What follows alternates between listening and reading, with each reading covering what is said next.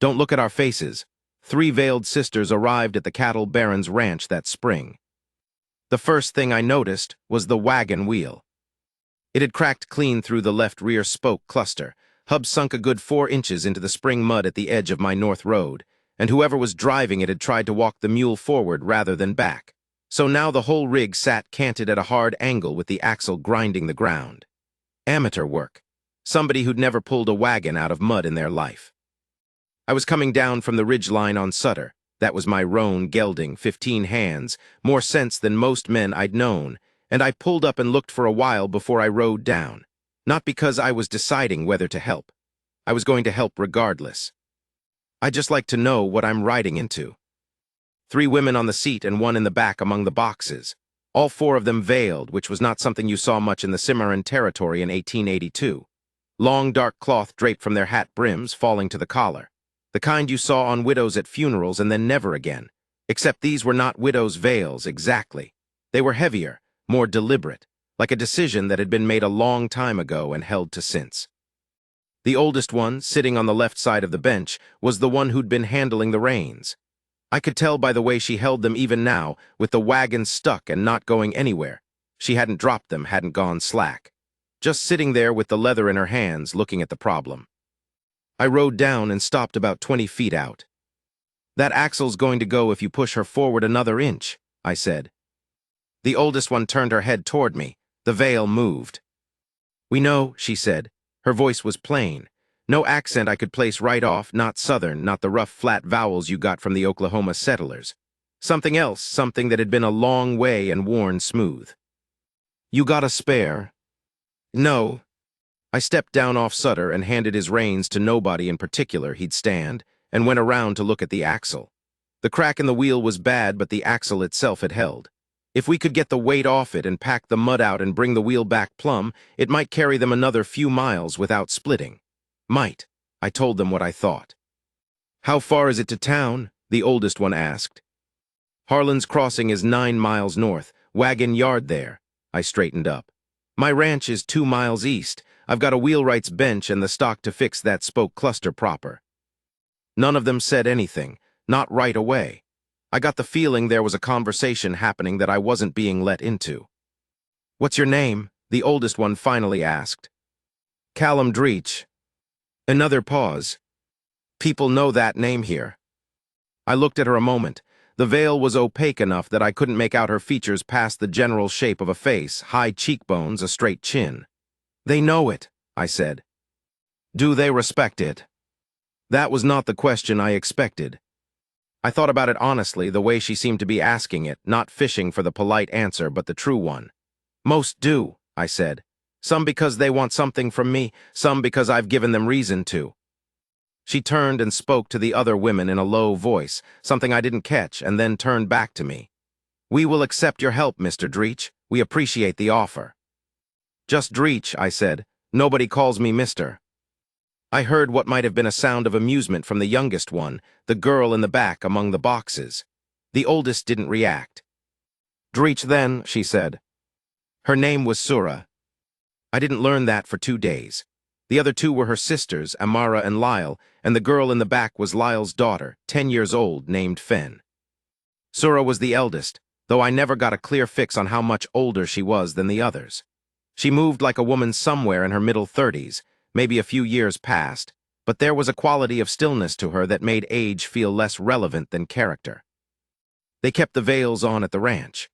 All of them, all the time when they were outside, and when they were inside my house, they asked where they might find a room with a door that latched from the inside, and I showed them the 2 guest rooms at the back. My foreman, Wick Carey, watched this from the barn door and didn't say anything until the women were inside, and then he said, "Boss." "They needed help with their wagon," I said. I helped. 4 of them. I can count Wick. He looked at the house. "You know anything about them?" "No. The veil thing." "Their business," I said, and that was the end of it because Wick knew my tone well enough to know when I was done discussing something. I put them up and I fixed the wagon. The spoke cluster took most of the first day. I had to turn a new spoke on the lathe, and that piece of equipment had not been used since I bought it off a man in Amarillo 3 years prior. so there was some working the rust out of it first. Sura came to the barn door around mid-afternoon and watched me work. Just stood there with her veil down and her arms at her sides. "You do this yourself," she said. "I do most things myself. A man with your kind of ranch."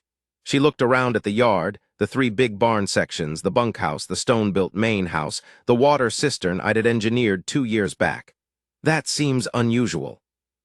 I don't like owing people for things I can do." She was quiet a moment. "That's a lonely way to run a life." I didn't answer that, not because she was wrong. I just wasn't in the habit of confirming things like that out loud. That night at supper, they came to the table when I invited them, though the girl Fen was the only one who seemed easy in the space. Amara asked me, carefully, whether the surrounding ranchers were close neighbors in the way of neighbors who visited and knew each other's business. I looked at her veil and then at Sura. "You asking whether people will come out here and get a look at you?" Amara glanced at Sura. Sura nodded slightly. "Yes," Amara said. "The nearest outfit is the Holt family, 6 miles southwest. They tend to stay to themselves. The Breslin brothers have land to the northeast, but they've been running their cattle up onto the creek pasture for 2 seasons now, and we're not on good terms." I set my fork down. "Is there someone specifically you're concerned about?" The sisters looked at each other again in that way they had, something passing between them that I couldn't read. "There may be men looking for us," Sura said. She said it the same way she said everything else, level, like a report being filed. "What kind of men?" I said. "The kind who believe we belong to them." I let that sit for a moment. The lamplight moved. Fen was eating her biscuit and watching me with the frank attention that children have before they learn to pretend they're not watching. "Do you?" I said to Sura. She looked at me across the table. Even through the veil, I could feel the quality of that look. "No," she said. "Then you don't," I said, and I went back to eating. Wick found me the next morning at the fence line on the east pasture. He'd ridden out early, which meant he had something he wanted to say away from the bunkhouse crew. I waited while he got down off his horse and came over. "Heard something in town yesterday when I went for the feed order," he said. "All right." "Varley Stroud's been asking around about a group of women traveling by wagon. Dark-complexioned," he said, "covered up." Varley Stroud.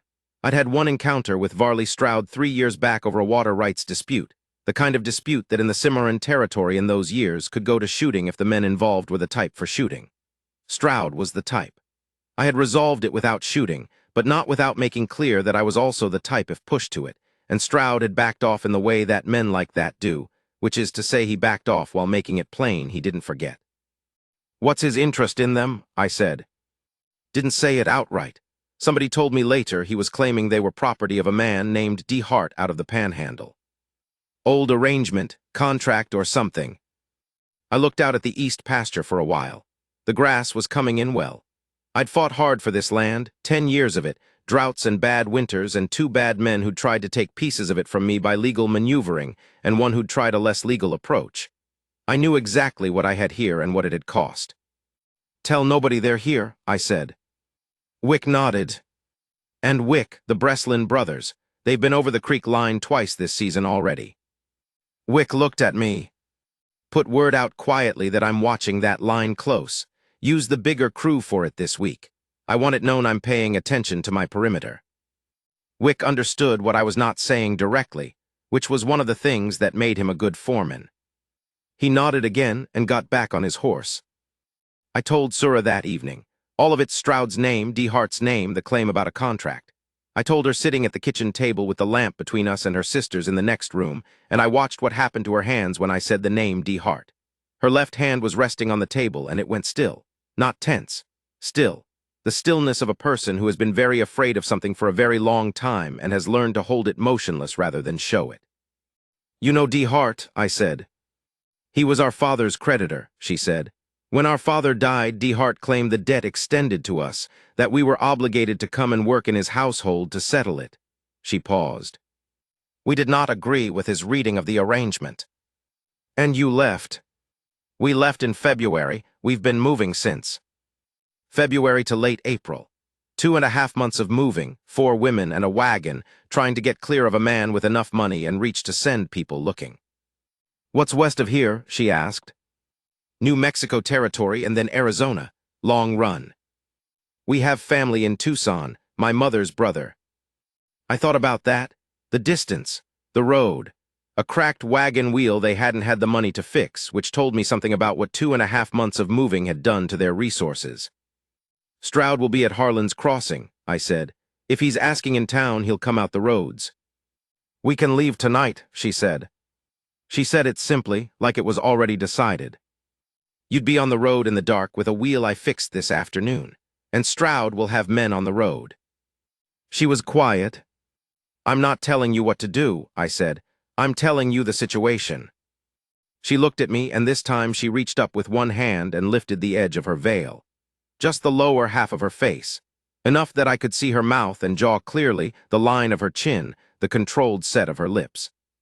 "Why are you doing this?" she said. "You don't know us." I thought about how to answer that. The honest answer was not a complicated one, but it took a moment to find the right words for it. "I've been on this land for 10 years, I said. "I built this outfit from 40 head and a leaking roof. Before that I had nothing, and before that I had less than nothing. I was a man who worked other men's land for wages that barely covered a bed. I know what it is to have someone with more power than you tell you that you owe them something you don't owe them." I looked at her. "That's why." She held my gaze for a long moment. Her eyes were dark, steady. Then she let the veil fall back. "We'll stay," she said. Varley Stroud came on the 5th morning. He came with 2 men I didn't know and one I did, a writer named Pickett who'd done rough work for various outfits around the territory for years. Not an outlaw exactly, but close enough to the line that it didn't make much difference. They rode into my yard at 9 in the morning, unhurried, like they owned the approach. I was standing on the porch. I want to be plain about this. I am not a young man's kind of threat. I never was, even when I was young. I don't have the speed or the flash. What I had then, at 51 years old, with 20 years of hard country behind me and a back that ached in cold weather from a Comanche arrow I'd taken in the winter of '68, is the thing that comes from knowing exactly who you are and not being ashamed of any of it. I stood on that porch and I watched those 4 riders come into my yard, and I was not afraid of them. Not even slightly.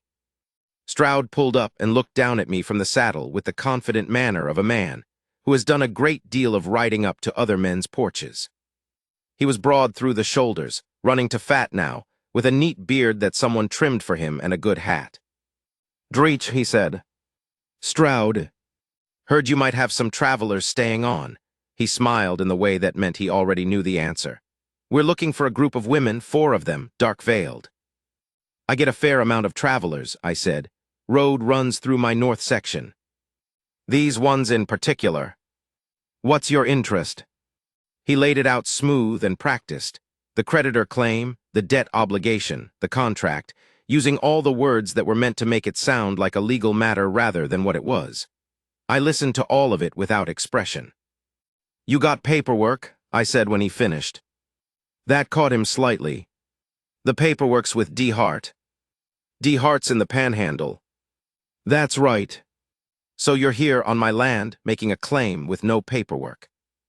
His smile shifted a little. "Dreech, I'm not looking for trouble, I just want to—" "You're already in trouble," I said. "You rode onto my land without an invitation, and you're making a claim without documentation in a territory where I sit on the land board and know every judge within 60 miles personally." I stepped down off the porch. Not fast, just steady. "Now, I don't have any veiled women on my property. But if I did, and if they were here of their own will, and if some man with no paperwork tried to remove them, that would be a matter I'd take a very hard interest in." Pickett's hand had moved toward his hip. I looked at him. Nodded his hand at his eyes. He stopped moving. Stroud stared at me. The 2 men I didn't know were looking at each other in that way. That means neither of them is getting paid enough for this. "You'd make an enemy over 4 women you don't even know," Stroud said. "You were already my enemy," I said. "You just hadn't given me a clear occasion to say it before now." The silence in the yard was the kind you could hear your own breathing in. I stood there and I waited, and I did not move, and I did not look anywhere but at Stroud's face, and after a long time he pulled his horse around and rode out. The others followed. I stood in the yard until they were off the property, and then I stood there a while longer. until my heartbeat came back down and the ache in my back reminded me I'd been holding myself tight. Then I walked back inside. Sura was standing at the hallway entrance. She'd been there long enough to have heard most of it, maybe all of it. The younger sisters were behind her, and Fen was peering around Amara's arm with enormous eyes. Sura looked at me. Both her hands were at her sides. She didn't say anything for a moment. "Did you mean it," she said, "about the judges?" "Yes." "About Stroud being your enemy?" "Yes." She nodded slowly. Then she said, "Can you ride to town today? I would like to send a letter to my uncle in Tucson." That surprised me into something like a smile, which was not an expression my face found naturally. "I can have Wick go." "Thank you." She turned to go back to the room. Then she stopped and turned partly back and said, without facing me fully, "Dreech." "Yeah, that was well done." She went back down the hall and I stood there in my own kitchen for a moment, alone, with those 3 words sitting in the air where she'd left them. I'm not sure I can explain what they did to me. Hearing them said like that, plain, no performance in them, from a woman who I'd already learned did not say things she didn't mean. I'm not sure I need to explain it. Some things are their own explanation. They stayed 3 more weeks. I didn't plan for 3 weeks. But the letter to Tucson took time, and the reply took more time, and there were arrangements to make for the road west, provisions, a spare wheel this time, a better harness for the mule. And somewhere in that stretch of time, the ranch took on a different quality that I noticed without being able to fully name. Fen started following Wick around the yard, which Wick bore with the suffering expression of a man who has strong opinions about children on working ranches, and also cannot bring himself to be unkind to a 10-year-old. She asked him the name of every horse, every piece of equipment, every tool in the barn, and Wick answered all of it. By the end of the first week, he was explaining the working of a cinch buckle to her with the seriousness of a man passing on scripture. Lyle, the younger sister, turned out to know a great deal about plants. She knew the names of things growing in my kitchen garden that I'd never known, the medicinal ones, the ones the old Comanche traders had called something different. And she walked the garden in the evenings with her veil partly lifted, turning leaves between her fingers and talking quietly to Amara.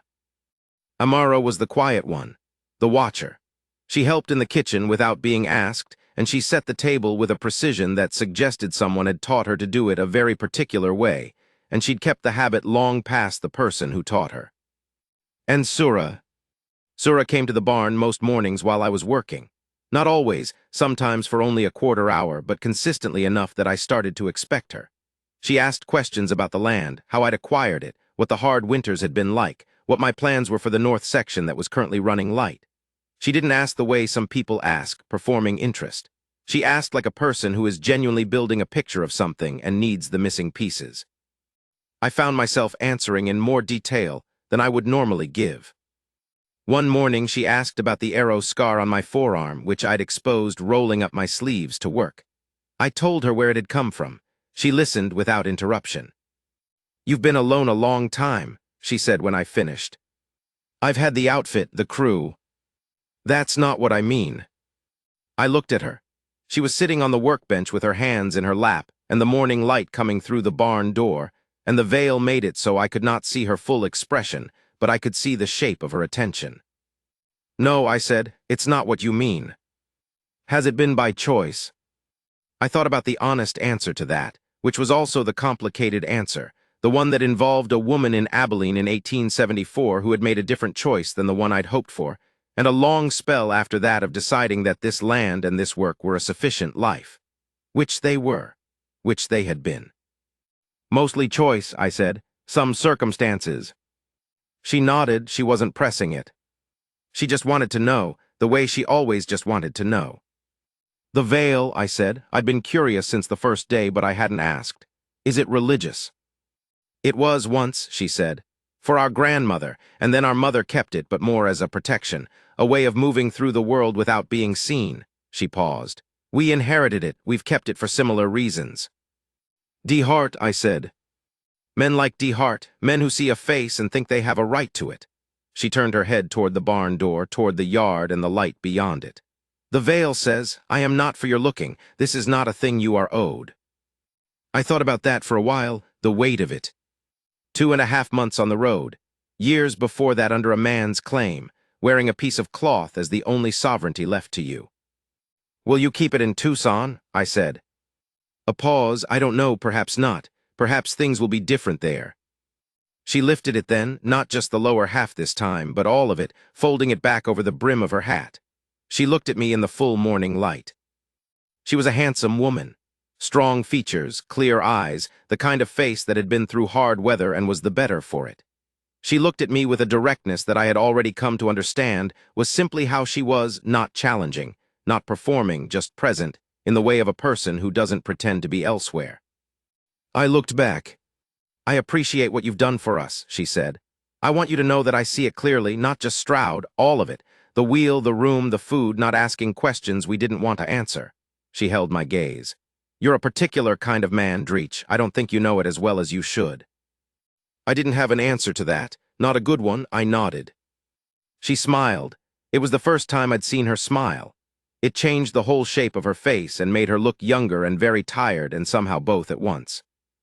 The north section, she said, pulling the veil back down with the matter-of-fact efficiency of a woman who has done it 10,000 times. You said it was running light. What would you need to bring it to full capacity? And we went back to talking about the land, which I understood was her way of giving me something back. The ordinary dignity of being asked about the thing you know well, the thing you built with your hands. On the morning of the 22nd day, the wagon was loaded and the mule was harnessed, and the new wheel was fitted, and the provisions were in the back. Wick had drawn them a map of the road west to the New Mexico line and marked the water stops and the one settlement where they could lay over safely if they needed to. Fen cried when she said goodbye to the horses. She held herself together through the handshakes with the crew, but when she got to the bay mare I kept for light riding, she pressed her face against the horse's neck, and Lyle rubbed her back without saying anything. Amara shook my hand, a strong, deliberate handshake, looking directly at me through her veil. God keep you, she said. Lyle did the same.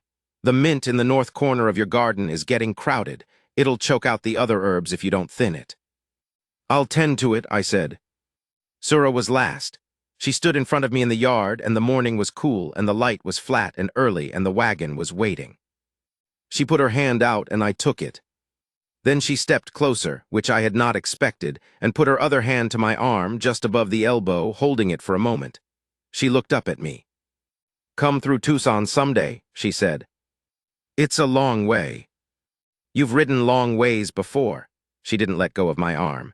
You should have someone who sees what you've built here, who knows what it cost. There should be someone in the world who knows that about you. I held that. The morning was quiet, and the yard smelled like horse and cut hay and the cold that comes off stone in the early hours. I might come through, I said. I'll tell my uncle to expect you. She gave my arm a small press and let go and stepped back. Don't let the Breslin brothers push you off that creek line. I watched them drive out of the yard, the wagon turning north on the road, Fen looking back from the wagon bed until they were around the tree line and gone. Wick came and stood beside me. After a while he said, You're going to Tucson. I didn't say that. You're going to Tucson. I looked at the empty road for another moment, and then I turned and walked back toward the barn to start the day's work. There was a lot of day ahead of me. There always was. But I thought about what she'd said, that there should be someone who knows what a thing cost, and I thought about those dark eyes looking at me in the barn light, plain and clear and without performance, seeing whatever it was she saw when she looked at me. I have built a great deal in my life, more than most men who started where I started. I know every acre of this land, and I know what I paid for it, and I know the years I put in before I could lay a claim to anything worth claiming. That is a knowledge that lives in the chest, quiet and heavy, and you carry it alone because the work of carrying it is also part of what makes you. But she was right. There should be someone who sees it. Wick might have been right, too. The north section was running light, and I had work to do, and there was a full day ahead of me. But I stood at the barn door for one more minute, and I let myself feel the weight of what those 3 weeks had been. The voices in the house, the girls' questions, the sound of women talking in the back rooms in the evenings, the mornings in the barn with Sura folding back her veil in the morning light and asking me about my land like it was something worth knowing. The land was the same land it had been the morning they arrived. but something had shifted in the man who owned it. That is the only way I know to say it. I went to work,